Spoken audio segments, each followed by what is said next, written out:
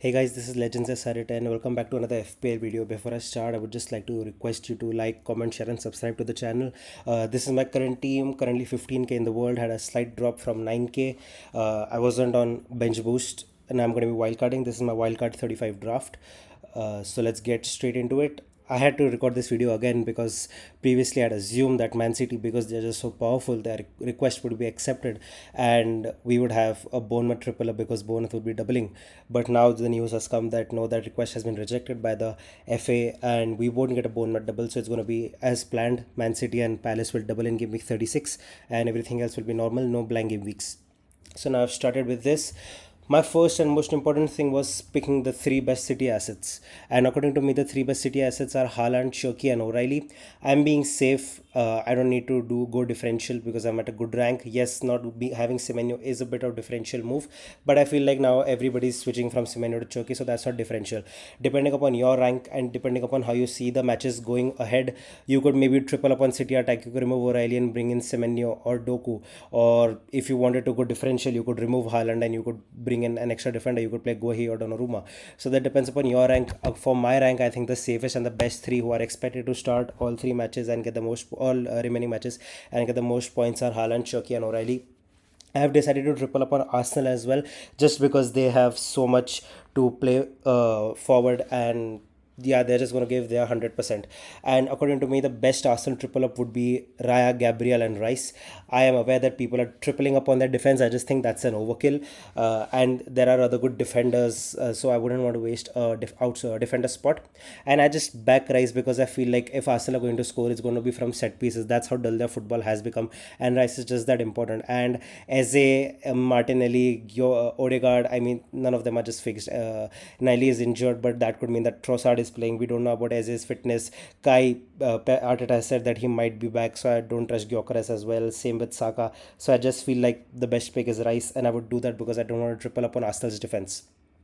And the last triple up is the Crystal Palace triple up. Now with Crystal Palace, I would have loved to pick any one of their attackers, but I just don't think that any of their attackers are fixed enough, nor do I think it's worthy enough for me to take a risk on one of their attackers. Considering my rank, I have just decided to triple up on their defense. I have gone for Lacroix, Richards, and Henderson. The reason why I've not gone for Munoz is because I really wanted to, but I could not. I did not have the money. As you can see, I've got 0.5 million in the bank. I'll explain why I could not go for Munoz. So this is my triple up on Crystal Palace. I think that's the best triple up. I think majority of the people who are on Wildcard 35 will triple up on their defense because those are the only players who are fixed to play all of the matches. Once again, if you are rank chasing, if you want to go differential, then maybe go for a Sar or some other attacker, depending upon your how you see the matches going and how you see Crystal Palace prioritizing the league or the conference league. Now, so these are the 9 players which are pretty obvious. Now, coming to the 3 other pretty obvious players as well for me, considering my rank, it's Bruno Fernandes, Bowen, and Thiago. Everybody wildcarded in 32 will have Dominic Calvert-Lewin and João Pedro most probably. I would have Bowen and Thiago. They are fixed players who are performing really well. I don't see anybody of them getting rotated anytime soon. Both Brentford and West Ham have a lot to play for. West Ham are playing to save from to get to not relegate, and Brentford are playing maybe because they have a chance to qualify into Europe, and Bruno is just Bruno. So I guess these are the 12 players which I think should be locked on your wildcard: triple City, triple Arsenal, triple Crystal Palace, and then these three: Bruno, Bowen, Thiago. If you're rank chasing, then okay, you could ignore Bowen and Thiago and go for ultra differentials, maybe Krupi or somebody like that. But I think Bruno you should have irrespective. So there are 10 players who I think you should have irrespective of what your rank is, and now the other 5 are the interesting ones. So now the way I built my team, I had one defender slot open.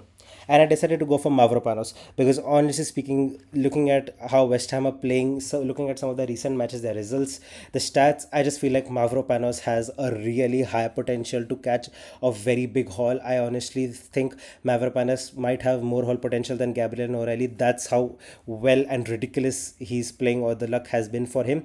So I've decided to go for Mavropanos just to maybe catch a 15 pointer if he does that. And even if he doesn't, West Ham is a decent defense. He gets Defcon, so I think the worst would be a 4 pointer or a 3 pointer.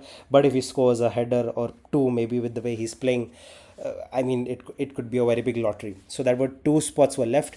I really wanted to go for Morgan Gibbs White because I just feel that he is delivering well, and I think so. Nottingham Forest are going to keep on playing like that. He's going to continue to be the focal point, and I sacrificed Munoz for Gibbs White. So maybe if some other midfielder pops up, I might ignore Gibbs White and bring in Munoz in. But generally speaking, when I was building the draft, I could not think of anybody else. Once again, if you're rank chasing, if you're at a very bad rank, you might be able to find differentials, which I'm not able to. And last I've gone for Dewsbury Hall because all the metrics that I checked from Solio, everybody was recommending NDI. But I don't like NDI because I know his stats are just boosted because he's on pens. But everything else about Everton is screaming really well.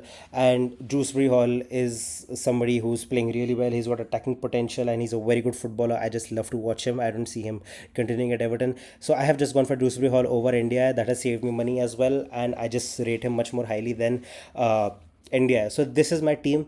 I don't see this team changing because honestly, I think it's perfect. The only way this team changes is if I decide to change the City or Arsenal or Crystal Palace triple up, which I don't think I will because I think these are the best nine players for me, considering my rank and the safety I need. From these three teams. The three other players, Bruno, Bowen, Thiago, once again, I'm going to keep them because I don't see the need to switch them and take extra risk. And considering that Game Week 32 wildcard, as I said, will have DCL and Joao Pedro, I just like the fact that I have Bowen and Thiago. And Mavropanos, I genuinely don't see another defender better than Mavropanos. So I'm going to continue with him. I like Dewsbury Hall and he fits my budget. And yeah, Gibbs White is the only one. So my team could only change if I decide to downgrade Gibbs White to some other midfielder who maybe screams more to me, which would allow me to upgrade one of Richards or Lacroix to Munoz. But I think that's going to be that. I think this is my team. If you look at my bench boost 36, it's not the best bench boost, but I just want to get rid of it as soon as possible. Maybe game week 37 or game week 38 is better to bench boost, but I just want to get rid of it as soon as possible. So this is going to be my bench boost. It's decent. That's what, roughly 14 points. I would be very happy with a 14 pointer, having 6 doublers as well. I'm predicted a main of 104 points and the crowd average would be 97, so that's a good distance clear from everybody else. I really like this team. I don't think I'm going to be making any changes. Hopefully with this team I can secure a rank closer to the top 5k, even top 1k mark, and if that happens, it's going to be crazy. So yeah, that's the video. Let me know if you have any thoughts. I will reply to all the comments. If you need any help, let me know. Once again, please